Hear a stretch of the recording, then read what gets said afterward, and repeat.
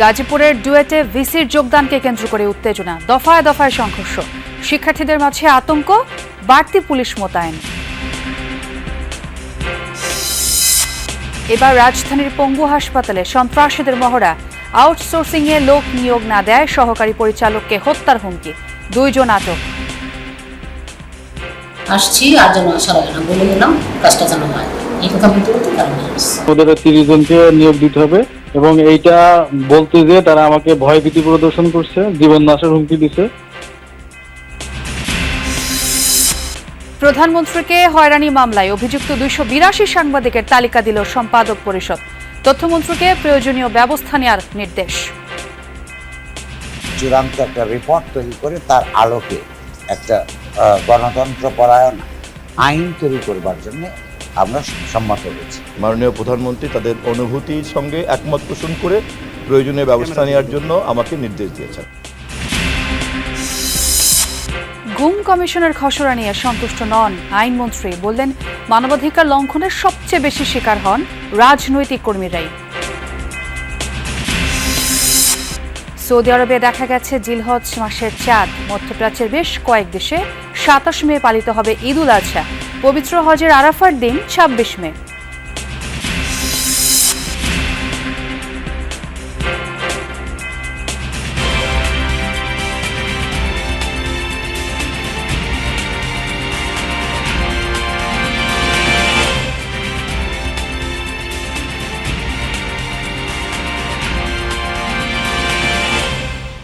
দর্শক, আমন্ত্রণ যমুনা নিউজে, সঙ্গে আছি আমি ছোয়া খন্দকার। আর এতক্ষণ শিরোনাম দেখছিলেন। গাজীপুরের ঢাকা প্রকৌশল ও প্রযুক্তি বিশ্ববিদ্যালয় ডুয়েটে নতুন ভিসির যোগদানকে কেন্দ্র করে সংঘর্ষ হয়েছে। এতে আহত হয়েছেন অন্তত 15 জন। নতুন উপাচার্যের নিয়োগ প্রত্যাখ্যান করে আন্দোলনে নামা শিক্ষার্থীদের অভিযোগ, ছাত্রদল বহিরাগতদের নিয়ে হামলা চালায়। অন্যদিকে ছাত্রদলের দাবি, ক্যাম্পাসকে অস্থিতিশীল করতে সাধারণ শিক্ষার্থীদের ব্যানারে সংঘাতময় পরিস্থিতি তৈরি করেছে শিবির।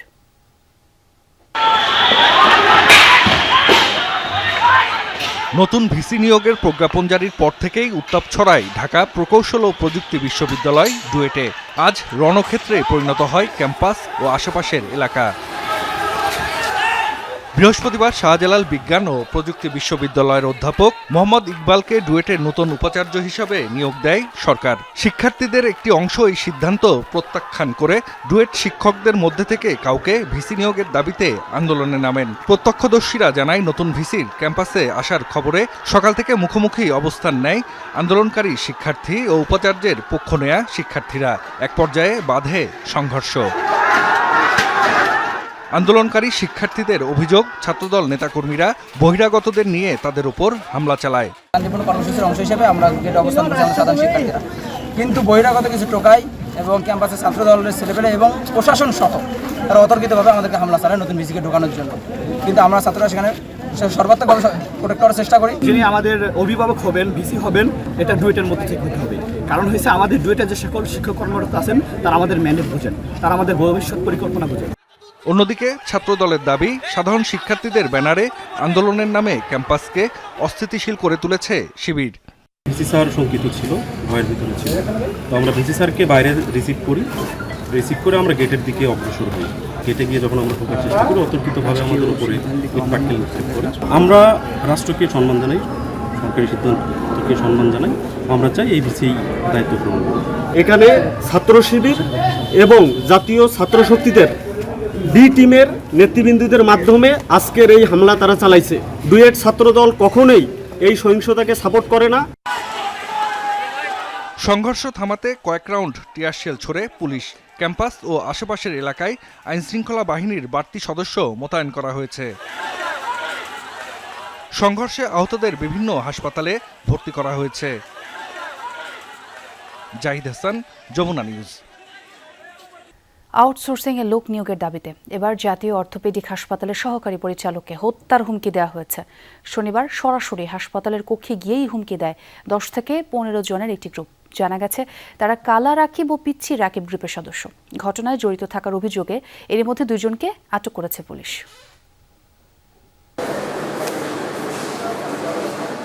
শনিবার সকাল 11:47 জাতীয় অর্থোপেডিক হাসপাতালের পরিচালকের কার্যালয়ে ঢোকে 10 থেকে 15 জন।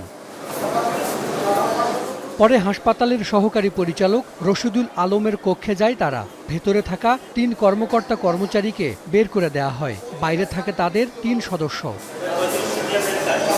প্রায় 10 মিনিট ডাক্তার রশিদুলকে আটকে রাখে তারা। এই সময় কক্ষের বাইরে থাকা আনসার সদস্যদের নির্বিকার দাঁড়িয়ে থাকতে দেখা যায়। পরে জানা যায় এই গ্রুপের সদস্যরা আউটসোর্সিংয়ে 30 জন লোক নিয়োগ দিতে বলে।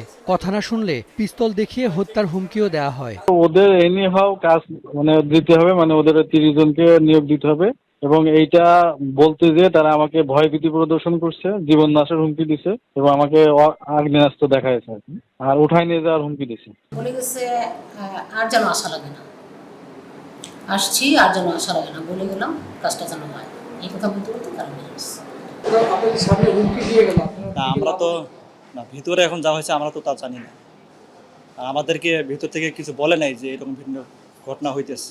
মানুষের জীবনের নিরাপত্তারই প্রধান কাজ এবং সরকারকে বলবো, মাননীয় প্রধানমন্ত্রীকে বলবো আপনি এটা ব্যবস্থা করেন এবং এই ভয়হীনভাবে যেন আমরা প্রত্যেকটা অফিসার সবাই যেন কাজ করতে পারে। ঘটনার পর মাঠে নামে আইন শৃঙ্খলা বাহিনী। সিসি ক্যামেরার ফুটেজ দেখে শনাক্ত করা হয় 9 জনকে। তারা পিস্তল রাকিব ওরফে কালা রাকিব এবং পিচ্চি রাকিব গ্রুপের সদস্য বলে জানা গেছে। কর্তৃপক্ষের সঙ্গে আমরা কথা বলার পরে আমরা কিছু নাম পাই। তো এখানে আউটসোর্সিংয়ের যাদেরকে নিয়োগ করা হবে, এই নিয়োগ সংক্রান্ত যে বিষয়, সে বিষয়টি নিয়েই মেনলি জটিলতা তৈরি হয়েছে। তো আমরা অভিযোগটি খতিয়ে দেখছি। চিকিৎসককে হত্যার হুমকির অভিযোগে 2 জনকে আটক করেছে পুলিশ। তাদের একজন স্বপন, অন্যজন আলামিন। স্বপনের নেতৃত্বেই জাতীয় অর্থোপেডিক হাসপাতালে যায় সন্ত্রাসীদের 2 পক্ষ। ভিতরে তো থ্রেট দিয়ে আসছেন। আমি তো থ্রেট দিই নাই। কে থ্রেট দিছে? যারা ছিল আমরা আপনারা দেখেন না ক্যামেরাতে, আমরা কইছিলাম। এই ঘটনায় মামলা করেছে হাসপাতাল কর্তৃপক্ষ। আসামিদের আদালতে পাঠিয়েছে পুলিশ। হাসান মিসবাহ, যমুনা নিউজ, ঢাকা। সারা দেশে বিভিন্ন হয়রানিমূলক মামলায় অভিযুক্ত 282 জন সাংবাদিকের তালিকা প্রধানমন্ত্রীর কাছে তুলে ধরেছে সম্পাদক পরিষদ। বিকেলে সচিবালয়ে প্রধানমন্ত্রীর সাথে এক বৈঠকে এই তালিকা দেওয়া হয়। সম্পাদক পরিষদের নেতারা বলেন, সাংবাদিকদের বিরুদ্ধে এত মামলা গণতান্ত্রিক পরিবেশ এমনকি সরকারের ভাবমূর্তির জন্য ভালো নয়। তালিকাটি আন্তরিকতার সাথে গ্রহণ করে প্রয়োজনীয় ব্যবস্থা গ্রহণের জন্য তথ্য ও সম্প্রচার মন্ত্রীকে নির্দেশ দিয়েছেন প্রধানমন্ত্রী। বৈঠকে সর্বসম্মতিক্রমে গণতান্ত্রিক গণমাধ্যম আইন তৈরির জন্য একটি পরামর্শ কমিটি গঠনের নির্দেশ দেন প্রধানমন্ত্রী। 2024 সালের 5 আগস্টের পর দেশের বিভিন্ন স্থানে সাংবাদিকদের বিরুদ্ধে দায়ের করা হয় বহু মামলা। এসব মামলায় কারাবন্দী রয়েছেন অনেক সাংবাদিক। অনেককে আদালতে দিতে হচ্ছে নিয়মিত হাজিরা। দীর্ঘদিন ধরেই হয়রানিমূলক মামলা পর্যালোচনা করে তা প্রত্যাহারের অনুরোধ জানিয়ে আসছে বিভিন্ন সাংবাদিক সংগঠন। রোববার বিভিন্ন মামলায় অভিযুক্ত 282 জন সাংবাদিকের তালিকা প্রধানমন্ত্রীর কাছে তুলে ধরে সম্পাদক পরিষদ।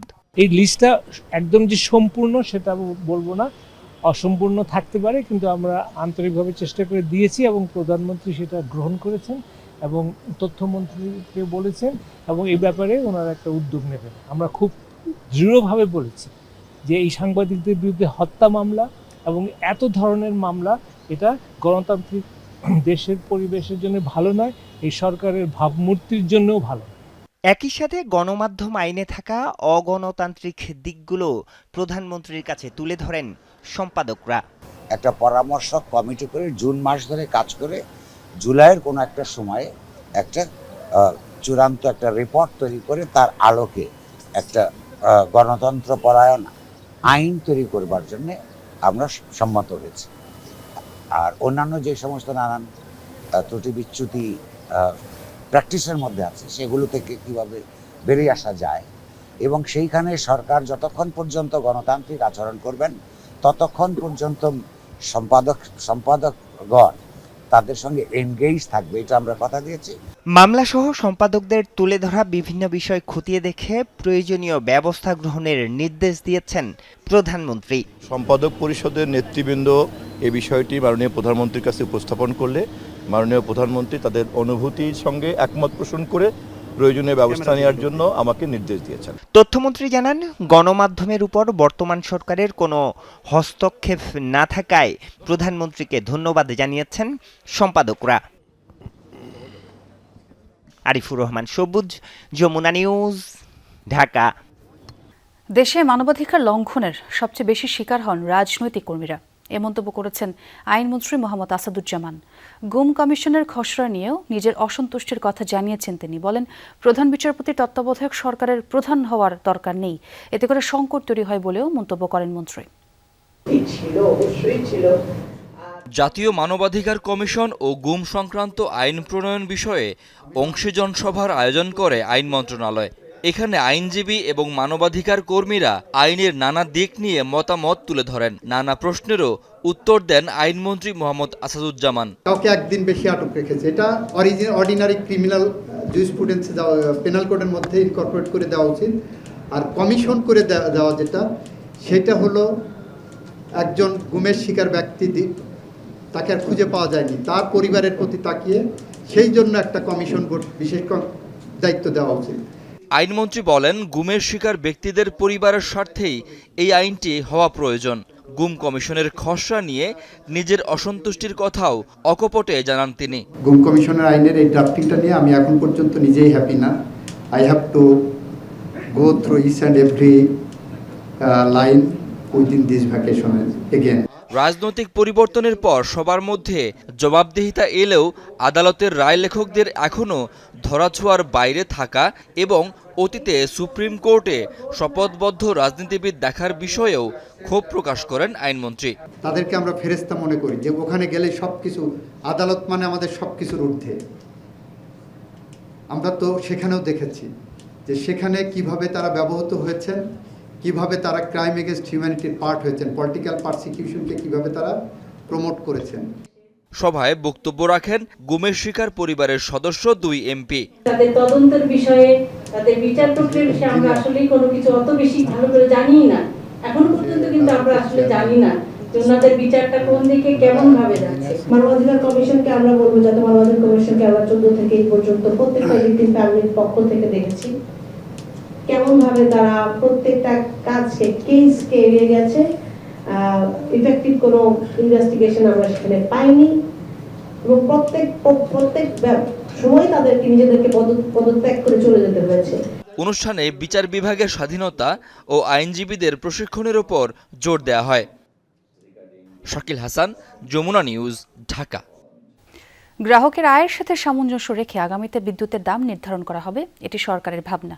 তবে চূড়ান্ত উদ্যোগ নেবে Bangladesh energy regulatory commission BERC। নবায়নযোগ্য জ্বালানি নিয়ে সিপিডি আয়োজিত আলোচনায় এই তথ্য জানান প্রধানমন্ত্রীর অর্থ পরিকল্পনা উপদেষ্টা রাশেদ আল মাহমুদ তেতুমির। জানান, নতুন বাজেটে নবায়নযোগ্য জ্বালানি নিয়ে 5টি পরিকল্পনা তুলে ধরা হবে। গ্যাস অনুসন্ধানে শুধু বিদেশি কোম্পানিকে কাজে লাগানো হবে না, শক্তিশালী করা হবে বাপেক্সকেও। উপদেষ্টার অভিযোগ, পতিত সরকারের আমলে বিদ্যুৎ খাতে অলিগার্কদের মোটা তাজা করা হয়েছে। এর জেরে এখন বিপুল ভর্তুকি দিতে হচ্ছে। 20 থেকে 25 বছর মেয়াদী এমন চুক্তি করা হয়েছে যার কারণে সরকারকে বিপদে পড়তে হচ্ছে। অথচ জীবাশ্ম জ্বালানি নির্ভরতা কমানোর পরিকল্পনা নেওয়া হয়নি। অধ্যাপক তেতুমির বলেন, কোনো একদিন বিদ্যুৎ লাগতে পারে, সেজন্য অহেতুক ভাড়াভিত্তিক কেন্দ্রে ক্যাপাসিটি চার্জ গুনতে হচ্ছে।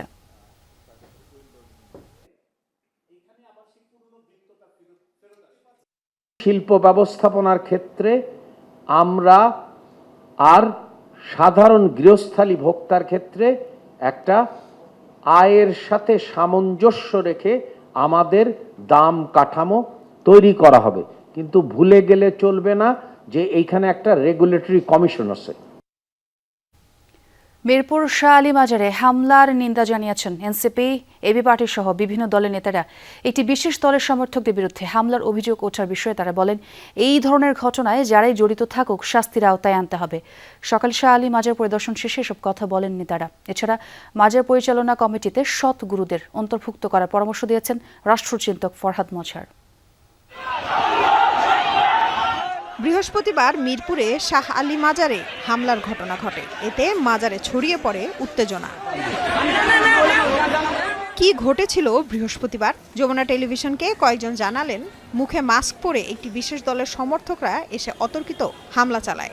একদল 1 নম্বর গেটে খাড়া করে তুইয়া, আরেক দল ভিতরে এসে আয়া সব কটার দাওয়া দিছে। মাজারের কিছু আপনার ওই যে সিন্নি সেলাতে যে সকল ডেকে টাকাগুলো, মান্যতের যে টাকাগুলো দেয়, এগুলো হচ্ছে ছিনতাই করে এবং অনেককে মারধর করে তাদের মোবাইল মানিব্যাগ এগুলো হচ্ছে তারা নিয়ে যায়। আয়া প্রথম এনে মিছিল করছে, মিছিল কইরা ভিতরে ঢুকছে, ভিতরে ঢুকা পরে ভাঙচুর করছে, তারপর পাগল সব সাধারণ লোককে মারছে আর সবটি মাস্ক কিনতে আসছিল। মিরপুরে শাহ আলী মাজারে হামলার ঘটনায় সকালে পরিদর্শন করেন জাতীয় নাগরিক পার্টি এনসিপির নেতাকর্মীরা। জনগণের টাকায়, জনগণের দানের টাকায় মাজার চলে। এ সময় জাতীয় নাগরিক পার্টির যুগ্ম আহ্বায়ক সারোয়ার তুষার বলেন, মাজার দখল করে হামলার ঘটনায় যাদেরই যোগসাজশ আছে তাদেরকেই বিচারের আওতায় আনতে হবে। প্রত্যেককে গ্রেফতার করতে হবে। তারা বিএনপি হোক, তারা জামাত হোক, অন্য যে কোনো দল হোক, আমরা সেটা দেখতে চাই না। তাদেরকে গ্রেফতার করতে হবে, এর বাইরে কোনো আলোচনা নাই।